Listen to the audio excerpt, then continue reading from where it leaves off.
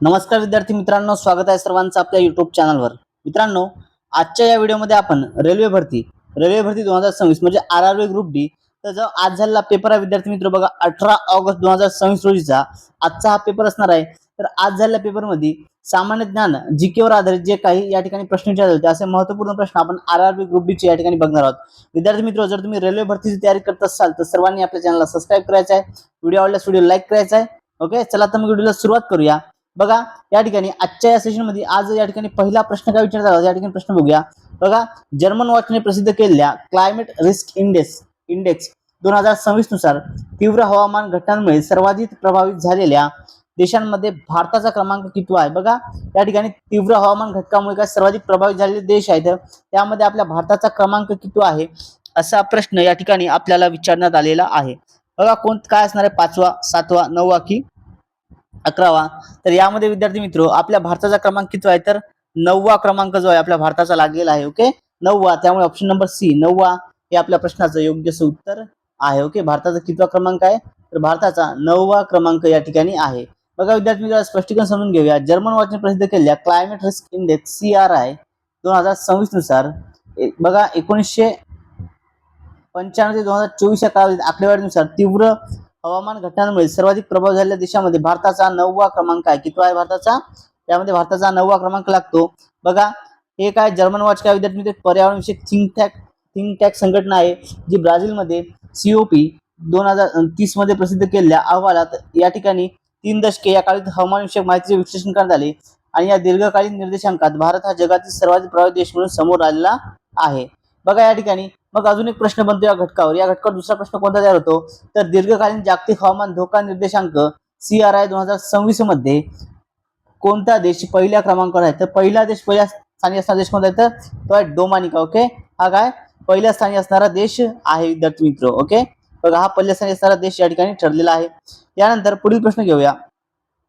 पुढचा प्रश्न बघा विद्यार्थी मित्र काय, ऑस्ट्रेलियन ओपन 2026 मध्ये बघा ऑस्ट्रेलियन ओपन 2026 मध्ये पुरुष एकेरीचे विजेतेपद कोणी पटकावले। ओके, पुरुष एकेरीचे विजेतेपद कोणी पटकावले असा प्रश्न विचारलेला आहे। बघा नोवाक जोकोविच, जॅनिक सिनर, कार्लोस अल्काराज की अलेक्झांडर इव्हरेस्ट। ओके, तर कोणी पटकावले विद्यार्थी मित्र तर ऑस्ट्रेलियन ओपन 2026 पुरुष एकेरी विजेतेपद कोणी पटकावले आहे तर हे कार्लोस अल्काराजने पटकावलेला आहे। ओके, कोणत्या देशाचा हा कार्लोस अल्काराज स्पेन देशाचा विद्यार्थी मित्र। बघा यांनी हे पद पटकावलेलं आहे, त्यामुळे option number C Carlos Alcaraz हे या प्रश्नाचं योग्य उत्तर आहे। विद्यार्थी मित्र, व्हिडिओवरच्या सर्वांनी व्हिडिओला लाईक करायचा आहे आणि जर तुम्ही अजूनही आपल्या चॅनलला सबस्क्राइब केलं नसेल तर सर्वांनी आपल्या चॅनलला सबस्क्राइब करायचं आहे। आणि जर तुम्हाला याची ही PDF डाउनलोड करायची तर PDF डाउनलोड करण्याकरता चॅनल सबस्क्राइब करून कमेंटमध्ये PDF मेसेज करायचा आहे, तुम्हाला लिंक त्या ठिकाणी सेंड करून दिल्या जाईल। बघा विद्यार्थी मित्र, आता या ठिकाणी हा स्पेनचा आहे। ओके, कार्लोस अल्काराज काय स्पेनचा आहे आणि याने पराभव कोणाचा केला तर नोवाक जोकोविचचा पराभव केला आणि हा कुठला होता त्या ठिकाणी सर्बियाचा होता। ओके, या ठिकाणी विद्यार्थी मित्र तर नोवाक जोकोविच कोणत्या देशाचा आहे तर सर्बिया देशाचा आहे। बघा या ठिकाणी ऑस्ट्रेलियन ओपन स्पर्धेमध्ये काय म्हटलं या ठिकाणी 2026 पुरुष एकेरीचे विजेतेपद हे स्पेनच्या कार्लोस अल्काराज याने पटकावलेले आहे आणि त्याने अंतिम सामन्यात सर्बियाचा दिग्गज नोवाक जोकोविच याचा पराभव केला आणि त्याचे हे पहिले ऑस्ट्रेलियन ओपन आणि कारकिर्दीत एकूण 7वे ग्रँड स्लॅम आहे। ओके, बघा पहिलं ऑस्ट्रेलियन ओपन ठरलेलं आहे आणि कारकिर्दीतलं 7वं ग्रँड स्लॅम या ठिकाणी ठरलेलं आहे। बघा या ठिकाणी विद्यार्थी मित्र आता वयाच्या 22व्या वर्षी करिअर ग्रँड स्लॅम पूर्ण करणारा सर्वात तरुण टेनिसपटू ठरला आहे। सर्वात तरुण टेनिसपटू त्या ठिकाणी तो ठरलेला आहे। आणि महिलांमध्ये जर बघितलं तर महिला एकेरीमध्ये ऑस्ट्रेलियन ओपन कोण जिंकलाय तर एलेना रायबनिका जिंकलेली आहे कझाकिस्तानची आणि उपविजेता कोण ठरला तर आर्यना सबालेंका बेलारूस देशाची ही उपविजेता ठरलेली आहे। विद्यार्थी मित्र, जर तुम्ही अजूनही आपल्या चॅनलला सबस्क्राइब केलं असेल सर्वांनी चॅनलला सबस्क्राइब करायचं आहे, साईडला जे बेल आयकॉन आहे याला देखील प्रेस करायचं आहे। जर तुम्ही आरआरबी ग्रुप डी ची तयारी करत असाल, रेल्वे भरतीची तयारी करत असाल तर सर्वांनी चॅनलला नक्की सबस्क्राइब करायचं आहे, व्हिडिओला लाईक देखील करायचं आहे। आणि जर तुम्हाला ही PDF डाउनलोड करायची तर ही PDF डाउनलोड करण्याकरता तुम्ही आपला टेलिग्राम चॅनल जॉईन करायचा आहे, ज्याची लिंक या व्हिडिओच्या डिस्क्रिप्शन बॉक्समध्ये दिली आहे किंवा व्हिडिओच्या कमेंट बॉक्समध्ये PDF असा मेसेज करायचा आहे, तुम्हाला लिंक त्या ठिकाणी सेंड करून दिल्या जाईल। यानंतर पुढील प्रश्न बघा, जागतिक एड्स दिन 2025 ची संकल्पना काय होती। ओके, बघा जागतिक एड्स दिन 2025 ची संकल्पना काय होती असा प्रश्न या ठिकाणी आपल्याला विचारण्यात आला। ओके, संकल्पना विचारली आहे तर काय समुदायांना नेतृत्व देऊया, योग्य मार्ग निवडा, अडथळ्यांवर मात करणे आणि एड्स प्रतिसादात परिवर्तन घडवणे, की असमानता संपवा आणि एड्स संपवा. काय होतं या ठिकाणी? तर विद्यार्थी मित्र या ठिकाणी काय, तर अडथळ्यांवर मात करणे आणि एड्स प्रतिसादात काय परिवर्तन घडवणे हे याचं काय थीम होती 2025 ची. बघा विद्यार्थी मित्र, दरवर्षी काय, तर 1 डिसेंबर हा जो दिन आहे हा जागतिक एड्स दिन म्हणून साजरा केला जातो. ओके, 1 डिसेंबर हा जागतिक एड्स दिन म्हणून साजरा केला जात असतो.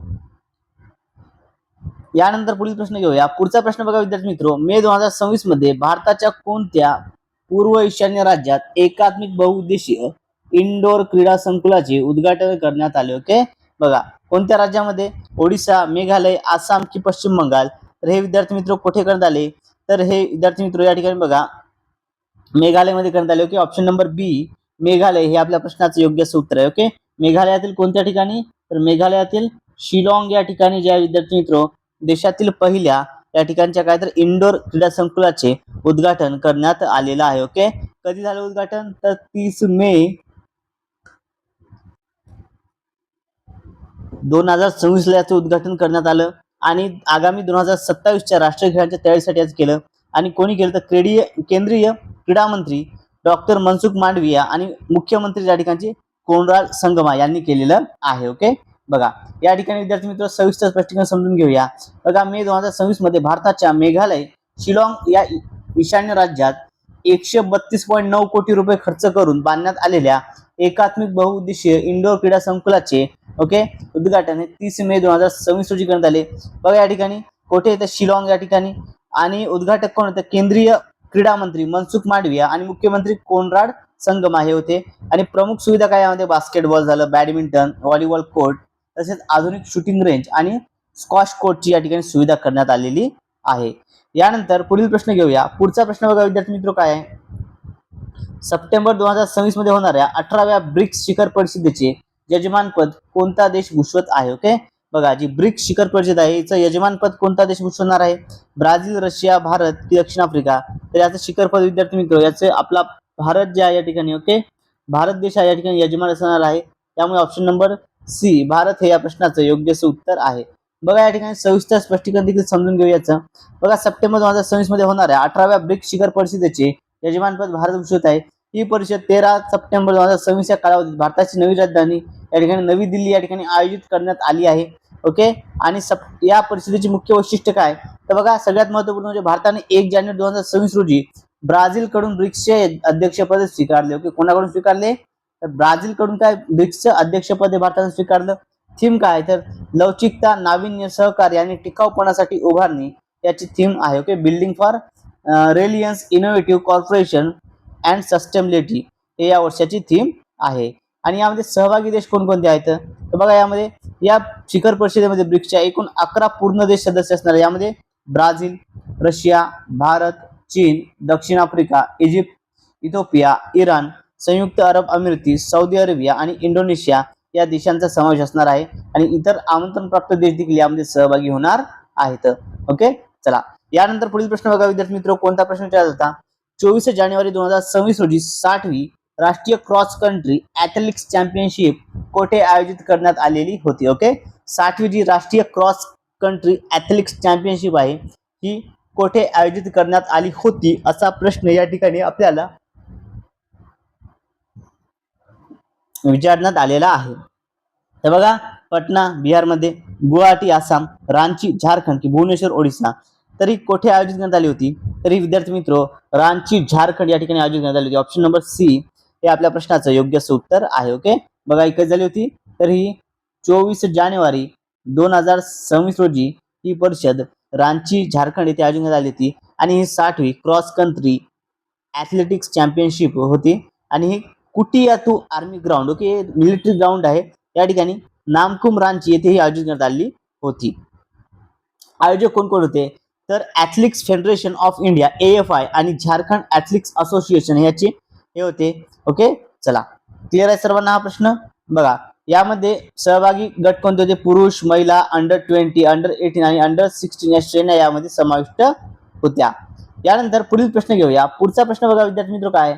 महिला आणि बाल विकास मंत्रालयाने कामाच्या ठिकाणी महिलांच्या लैंगिक छळाशी संबंधित तक्रारीची नोंदणी आणि देखरेख करण्यासाठी कोणते केंद्रीयकृत पोर्टल सुरू केले आहे? बघा, ई संवाद, शी बॉक्स, तेजस्विनी की ई महिला हट. तर कोणतं करण्यात आलं विद्यार्थी मित्र? हा प्रश्न खूप वेळा आलाय. तर या ठिकाणी शी बॉक्स हे पोर्टल या ठिकाणी सुरू करण्यात आलं आहे. ऑप्शन नंबर बी, शी बॉक्स हे आपल्या प्रश्नाचं योग्य असं उत्तर आहे. बघा, या ठिकाणी शी बॉक्सचा फुल फॉर्म काय? तर सेक्शुअल हॅरेसमेंट इलेक्ट्रॉनिक बॉक्स हा याचा फुल फॉर्म आहे. याचं उद्दिष्ट आणि कार्य काय आहे? तर ही संघटित आणि असंघटित दोन्ही क्षेत्रांमध्ये म्हणजे शासकीय आणि खाजगी क्षेत्रात काम करणाऱ्या महिलांना कामाच्या ठिकाणी होणाऱ्या लैंगिक छळाविरुद्ध थेट तक्रारी दाखल करण्याची सुविधा त्या ठिकाणी देते. मग यामध्ये नवीन आणि सुधारित आवृत्ती 2024 ची आहे. बघा काय आहे? तर ऑगस्ट 2024 मध्ये केंद्रीय महिला बाल विकास मंत्री अन्नपूर्णा देवी यांनी पोर्टलची एक नवीन अधिकृत म्हणजे अधिक सुरक्षित आणि अधिक सुव्यवस्थित अशी आवृत्ती त्या ठिकाणी सुरू केलेली आहे. यानंतर पुढील प्रश्न घेऊया. पुढचा प्रश्न घेण्यापूर्वी विद्यार्थी मित्रो, जर तुम्ही अजूनही आपल्या चॅनलला सबस्क्राईब केलं नसेल आणि जर तुम्ही रेल्वे भरती ग्रुप डी तयार केली असेल तर सर्वांनी आपल्या चॅनलला सबस्क्राईब करायचं आहे. बघा विद्यार्थी मित्रो, सोबतच जर तुम्ही तलाठी भरती तयार देखील करत असाल तर सर्वांनी चॅनलला सबस्क्राईब करायचं आहे. कारण आपण आपल्या चॅनलवरती तलाठी भरतीच्या ज्या काही प्रश्नपत्रिका होत्या त्या प्रश्नपत्रिका देखील कव्हर करणार आहोत. बघा प्रश्न काय? दिल्ली सरकारने जानेवारी 2026 मध्ये कोणत्या संस्थेशी विशेष परिचालन करार एओयू ओके एमओयू म्हणजे या ठिकाणी विशेष परिचालन करार जो आहे या ठिकाणी हा केला आहे? SEBI, NABARD, reserve bank of India की नीती आयोग. ओके, कोणाशी केलेला आहे? तर हा केला विद्यार्थी मित्रो भारतीय रिझर्व्ह बँकेशी आरबीआय. ऑप्शन नंबर सी हे या प्रश्नाचं योग्य उत्तर आहे. ओके, बघा आरबीआय ची स्थापना विद्यार्थी मित्रो 1 एप्रिल 1935 ला आरबीआय ची स्थापना करण्यात आली होती. 1 एप्रिल 1935 ला. आणि ऍक्ट कोणता आहे? तर 1934 चा कायदा आहे. 1934 च्या कायद्यानुसार त्या ठिकाणी स्थापना करण्यात आली. बघा जानेवारी 2026 मध्ये दिल्ली सरकारने reserve bank of India RBI या संस्थेशी विशेष परिचालन करार ओके केला असून आणि काय या ठिकाणी आरबीआय या प्रश्नाचं आपलं उत्तर होतं. यानंतर पुढील प्रश्न घेऊया. पुढचा प्रश्न बघा, अलीकडेच चर्चेत असलेला चागोस द्वीप समूह ओके चागोस द्वीप समूह कोणत्या दोन देशांमधील वादाचा आणि ऐतिहासिक सार्वभौमत्वाचा कराराचा विषय होता? कोणत्या दोन देशांमध्ये होता? युनायटेड किंगडम्स आणि मालदीव, फ्रान्स आणि मॉरिशियस, युनायटेड किंगडम आणि मॉरिशियस की अमेरिका आणि सेशल्स. ओके, तर हा कोणाच्या या ठिकाणी विद्यार्थी मित्र ऐतिहासिक सार्वभौमत्वाचा आणि वादाचा या ठिकाणी विषय होता कोणत्या दोन देशाचा? तर हा होता विद्यार्थी मित्र बघा युनायटेड किंगडम आणि मॉरिशियस. ओके, बघा युनायटेड किंगडम आणि मॉरिशियस, त्यामुळे option number C United Kingdom आणि मॉरिशियस हे या प्रश्नाचं योग्य उत्तर आहे. बघा अलीकडेच चर्चेत असलेला द्वीपसमूह जो आहे हा युनायटेड किंगडम म्हणजे ब्रिटन आणि मॉरिशियस या दोन देशांमध्ये सार्वभौमत्वाचा ऐतिहासिक वादाचा विषय होता. मे 2025 मध्ये दोन्ही देशांनी द्वीपसमूहावरील मॉरिशियसचे सार्वभौमत्व मान्य करणाऱ्या ऐतिहासिक करारावर स्वाक्षऱ्या केल्या. म्हणजे आता हा कोणाला मिळाला आहे? तर चागोस द्वीपसमूह कोणाचा आहे? तर हा मॉरिशियसचा आहे आणि हे दोन्ही देशांनी मान्य केले आहे. त्या ठिकाणी एक करार झाला, त्या करारावरती दोन्ही देशांनी काय स्वाक्षऱ्या या केलेल्या आहेत. विद्यार्थी मित्र, व्हिडिओ आवडला तर सर्वांनी व्हिडिओला लाईक करायचा आहे आणि जर तुम्ही अजूनही आपल्या चॅनलला सबस्क्राईब केलं नसेल तर सर्वांनी चॅनलला सबस्क्राईब करायचं आहे. बघा कोणते शाश्वत विकास ध्येय एसडीजी सर्वांसाठी पाणी आणि स्वच्छतेची उपलब्धता आणि शाश्वत व्यवस्थापन सुनिश्चित करण्याचे उद्दिष्टपणे स्पष्ट करते. ओके, बघा एसडीजी 3, एसडीजीएस 6 म्हणजे शाश्वत विकास ध्येय 3, शाश्वत विकास ध्येय 6, शाश्वत विकास ध्येय 11, शाश्वत विकास ध्येय 14. ओके, कोणतं करते? तर हे करते विद्यार्थी मित्र बघा या ठिकाणी शाश्वत विकास ध्येय 6 ऑप्शन नंबर बी या प्रश्नाचं योग्य असं उत्तर आहे. ओके, बघा एसडीजी 6 काय करते या ठिकाणी? तर सर्वांसाठी पाणी आणि स्वच्छतेची उपलब्धता आणि शाश्वत व्यवस्थापन सुनिश्चित करण्याचे स्पष्टपणे उद्दिष्ट ठेवते. संयुक्त राष्ट्रसंघाच्या सस्टेनेबल डेव्हलपमेंट गोल 6 अंतर्गत पिण्याच्या सुरक्षित पाण्याचा आणि योग्य स्वच्छतेचा आणि जलस्रोतांच्या संरक्षणाचा समावेश यामध्ये होतो. बघा मुख्य उद्दिष्ट काय याची? तर सुरक्षित पिण्याचे पाणी, स्वच्छता आणि आरोग्य. बघा 2030 पर्यंत सर्वांसाठी सुरक्षित आणि परवडणारे पिण्याचे पाणी उपलब्ध करणे हे आहे. त्यानंतर सर्वांना योग्य स्वच्छता आणि निरामयता देणे व उघड्यावर शौच जाणार प्रथा बंद करणे. त्यानंतर पाण्याचे प्रदूषण घटवणे, यामध्ये पाण्याचा दर्जा सुधारणे, घातक रसायनांचे प्रमाण कमी करणे आणि सांडपाण्याची विल्हेवाट लावणे आणि पाण्याचा जो आहे कार्यक्षम वापर हे यामध्ये आहे. मग पाणी टंचाई दूर करण्यासाठी गोड्या पाण्याचा शाश्वत पुरवठा आणि वापर वाढवणे देखील यामध्ये समाविष्ट करण्यात आलेलं आहे विद्यार्थी मित्र. ओके, चलो यानंतर पुढचा प्रश्न घेऊया. Centre for research on energy clean air सेराच्या अहवालानुसार खालीलपैकी कोणते शहर भारतातील सर्वात प्रदूषित म्हणजे हवेच्या गुणवत्तेच्या दर सर्वात प्रदूषित शहर ठरले आहे? ओके, कोणते ठरले आहे विद्यार्थी मित्र? सांगा बरं या ठिकाणी. बघा, गुरुग्राम, कानपूर, लखनौ की जयपूर, तर कोणतं ठरलं आहे? तर विद्यार्थी मित्र या ठिकाणी सगळ्यात म्हटलं तर ते ठरलं कोणतं आहे तर गाझियाबाद या ठिकाणी. ओके, बघा कोणतं ठरलं या ठिकाणी? गाझियाबाद. म्हणजेच काय विद्यार्थी मित्र, प्रमुख शहरामध्ये म्हटलं आहे त्यामध्ये गुरुग्राम. ओके, दिल्ल्यापैकी आहे गुरुग्राम. सगळ्यात एक नंबर आहे तर गाझियाबाद, पण दिल्ल्या पर्यायामध्ये गाझियाबाद नाही, त्यामुळे गुरुग्राम हे या प्रश्नाचं योग्य उत्तर आहे. ओके, बघा पहिल्या स्थानी कोणतं ठरलं आहे तर पहिल्या स्थानी आलं आहे गाझियाबाद, दुसऱ्या स्थानी आहे गुरुग्राम आणि तिसऱ्या स्थानी कोणता विद्यार्थी मित्र तर धारूर हा हरियाणामध्ये. ओके, अशी 3 शहरे सर्वात प्रदूषित ठरलेली आहेत. बघा या ठिकाणी research for on energy and clean air या दिल्या माहितीनुसार गाझियाबाद, ओके, उत्तर गुरुग्राम, धारूर हे वेगवेगळ्या कालावधीत भारतातील सर्वाधिक प्रदूषित शहर आहे म्हणून समोर आली आहेत. प्रमुख अहवाल आणि शहरे कोणती आहे? बघा, गाझियाबाद जानेवारी ते नोव्हेंबर 2025 मध्ये सर्वाधिक प्रदूषित शहर नोंदवले गेले. धारूर हा ऑक्टोबर 2025 मध्ये, ओके, सर्वाधिक प्रदूषित, आणि गुरुग्राम मार्च 2026 मध्ये सर्वाधिक प्रदूषित शहर ठरलेले आहे. त्यानंतर पुढचा प्रश्न घेऊया. 16 ते 18 ऑक्टोबर 2025 दरम्यान भारत आणि जपान यांच्यात कोणता द्विपक्षीय सागरी सराव आयोजित केला गेला होता? ओके, बघा, JMX-24, JMX-25 धर्म संरक्षक की वीर पालक. ओके, तर पहा या ठिकाणी भारत आणि जपान म्हटल्या विद्यार्थी मित्र, तर यामध्ये कोणता JMX-25 हा द्विपक्षीय सागरी सराव आयोजित करण्यात आला होता. ऑप्शन नंबर बी JMX-25 हे या प्रश्नाचं योग्य उत्तर आहे. बघा, भारतीय नौदल आणि जापानी सागरी दल यामध्ये काय हा करार या ठिकाणी करण्यात आला, हा सराव त्या ठिकाणी झाला. बघा, दिनांक 16 ते 18 ऑक्टोबर 2025 दरम्यान भारत आणि जपान यांच्या नौदलादरम्यान भारत जपान सागरी सराव, ओके, भारत जपान सागरी सराव 2025 हा द्विपक्षीय सागरी सराव आयोजित करण्यात आला होता.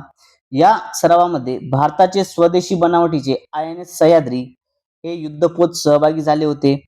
यामध्ये सहभागी देश आणि दल कोणते होते? भारतीय नौदल आणि जपान सागरी संरक्षण दल म्हणजे JMSDF यांचा समावेश त्यामध्ये होता, हे सहभागी होते.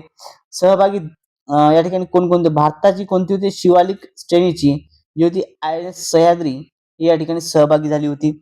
मग जपानचे कोणते? तर जपानचे जेसेन असाही आणि JS ओमी या एक पाणबुडी आहे, तर यांचा सहभाग जो आहे या युद्ध सरावामध्ये होता विद्यार्थी मित्र. आणि प्रमुख हालचाली काय? तर प्रगत पाणबुडी विरोधी युद्ध सराव, क्षेपणास्त्र संरक्षण सराव आणि उड्डाण ऑपरेशन्स आणि समुद्ररूपी इंधन भरणे. ओके, तर या ठिकाणी हा याच्या प्रमुख हालचाली होत्या.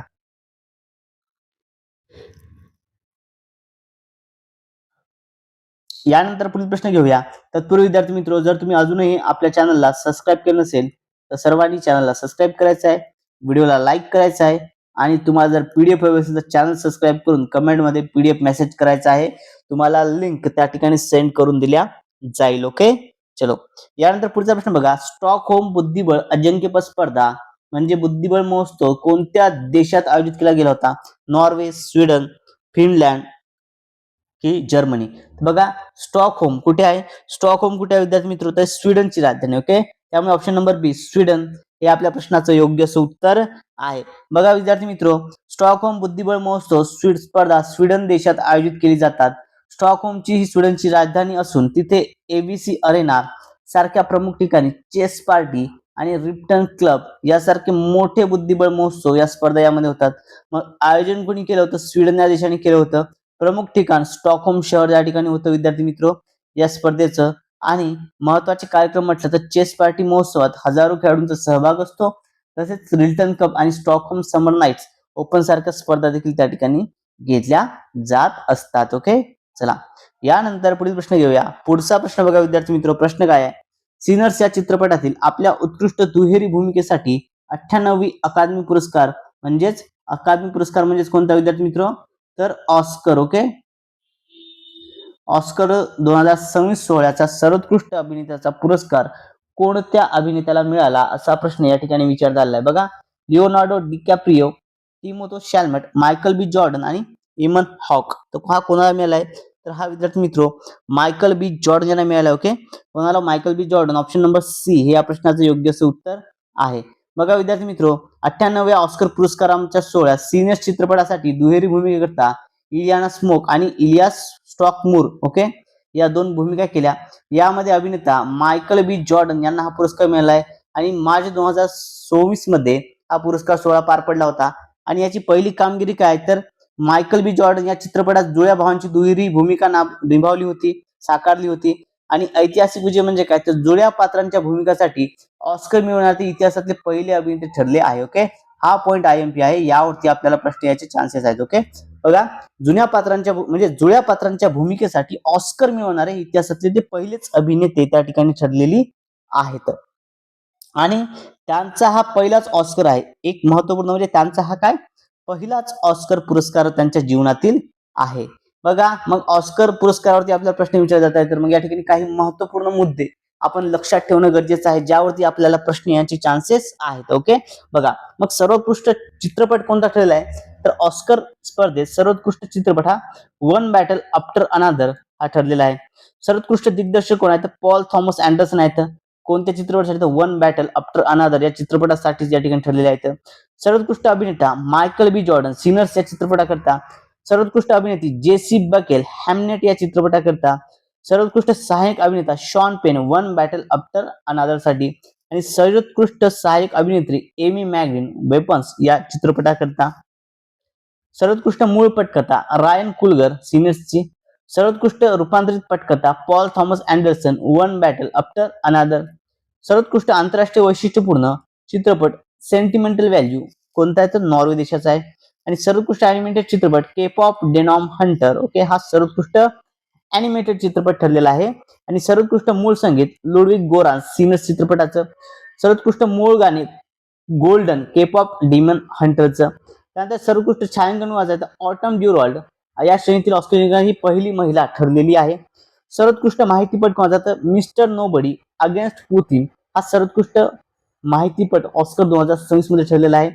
सर्वोत्कृष्ट वेशभूषा फ्रँकनस्टाईन केट हॉली यांची. आणि सर्वोत्कृष्ट व्हिज्युअल इफेक्ट्स अवतार फायर अँड ॲश या चित्रपटाचा मिळालेला आहे. ओके, चला बघा विद्यार्थी मित्र, जर तुम्हाला ही PDF डाउनलोड करायची आहे तर ही PDF डाउनलोड करण्याकरता काय करायचं आहे, तुम्ही आपलं चॅनल सबस्क्राईब करायचं आहे. आणि चॅनल सबस्क्राईब करून कमेंटमध्ये PDF मेसेज करायचा आहे. तुम्हाला लिंक त्या ठिकाणी सेंड करून दिल्या जाईल. ओके, चला यानंतर पुढील प्रश्न घेऊया. शैवाल वर्गीकरणामध्ये किटोफोरेल्स, ओके, बघा, शैवाल वर्गीकरणामध्ये किटोफोरेल्स हा गट कोणत्या वर्गामध्ये येतो? हा गट जो आहे हा कोणत्या वर्गामध्ये येतो असा प्रश्न या ठिकाणी आपल्याला विचारला आहे. बघा, क्लोरोफायटा, कॅरोफायटा, सियानोफायटा की होडोफायटा. तर हा कोणत्या वर्गात येतो? किटोफेरेस हा येतो क्लोरोफायटामध्ये. ऑप्शन नंबर ए क्लोरोफायटा हे या प्रश्नाचं योग्य असं उत्तर आहे. ओके, बघा, आता क्लोरोफायटा ही क्लोरोफायसी वर्गातील हिरव्या शेवाळाचा गट आहे. ओके, हा काय क्लोरोफायसी.